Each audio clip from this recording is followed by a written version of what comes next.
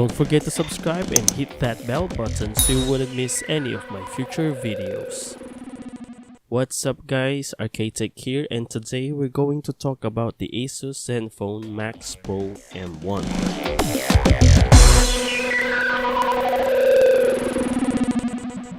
Right off the bat, you will notice this huge 6-inch 1080p screen with an 18:9 aspect ratio and pixel density of 404. This is an LCD display that has good viewing angles and color reproduction. However, this is not protected by a Gorilla Glass, so a screen protector or a tempered glass would be a good idea. The front is made out of glass with aluminum at the back, which is a fingerprint magnet. Even if the frame is made out of plastic, it still feels good in the hand, and you would not even notice you're holding a budget smartphone. It has an 8-megapixel front camera and a dual camera setup at the back. One is a 16-megapixel shooter and a 5-megapixel depth sensor for your blurred backgrounds. These cameras don't have any optical stabilization though, which is kinda expected at this price point.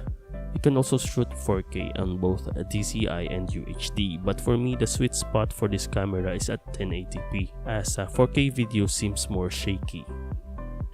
The fingerprint sensor is at the back, which for me is the perfect place for the fingerprint sensor. This sensor is good, I rarely encounter any misreadings, and pretty fast as well, but not comparable to the likes of the Galaxy S9 and the OnePlus 6. You got the buttons all at the right, the volume rocker at the top, and the power button at the middle. I just wish that they made the power button more textured, as I always accidentally press the power button when trying to adjust the volume. These buttons, however, are well built and both are clicky.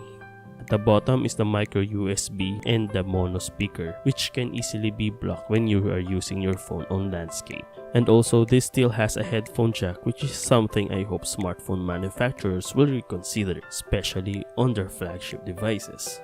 At the left is the dedicated SD card and 2 SIM card slots, so you will not have to choose to either have an additional SIM card or just an SD card. This phone supports voice over LTE, which is something that telecoms here in the Philippines should have implemented by now. This device is powered by the Snapdragon 636 with the Adreno 509 graphics. The 636 is known for its stability and power efficiency. This also comes with either 3, 4, or 6 GB of RAM. This unit has the 4 GB RAM, 16 GB of storage, and a 16 megapixel rear camera. This is powered by a 5000 mAh battery, which is the main selling point of this phone. The stock charger is a 5V 2A charger with fast charging. This can charge the device from 0 to 100 in just under 3 hours, which is still fast considering the huge battery. I can get up to 8 hours of screen on time on heavy usage even on 4G LTE, which is crazy long. This includes gaming, social media apps, some YouTube and Netflix through Bluetooth headphones. You can still squeeze in more time, especially if you are on Wi-Fi. This comes with Android 8.1 out of the box and is promised to be updated until Android 10. Asus ditched the Zen UI for the Pro M1 and decided to go with the pure Android way. The software is pretty solid, as this one is running stock Android with just a bit of Zen UI customization like the Zen motion gestures if you are into that kind of stuff.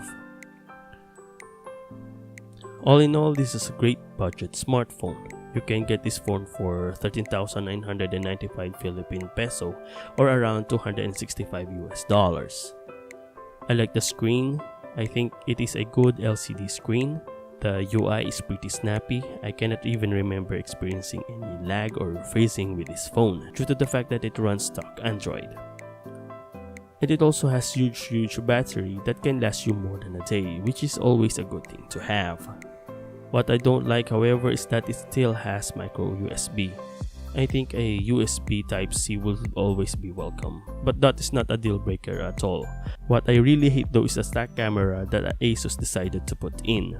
It is really terrible. I mean, this thing is slow, it takes very poor low light pictures, and I just had difficulty taking nice pictures as almost all of them turns out blurry. This can be fixed by software updates though, so I hope Asus will work on this ASAP. The good thing is you can install Google Camera on this phone, which is way better than the stock camera app.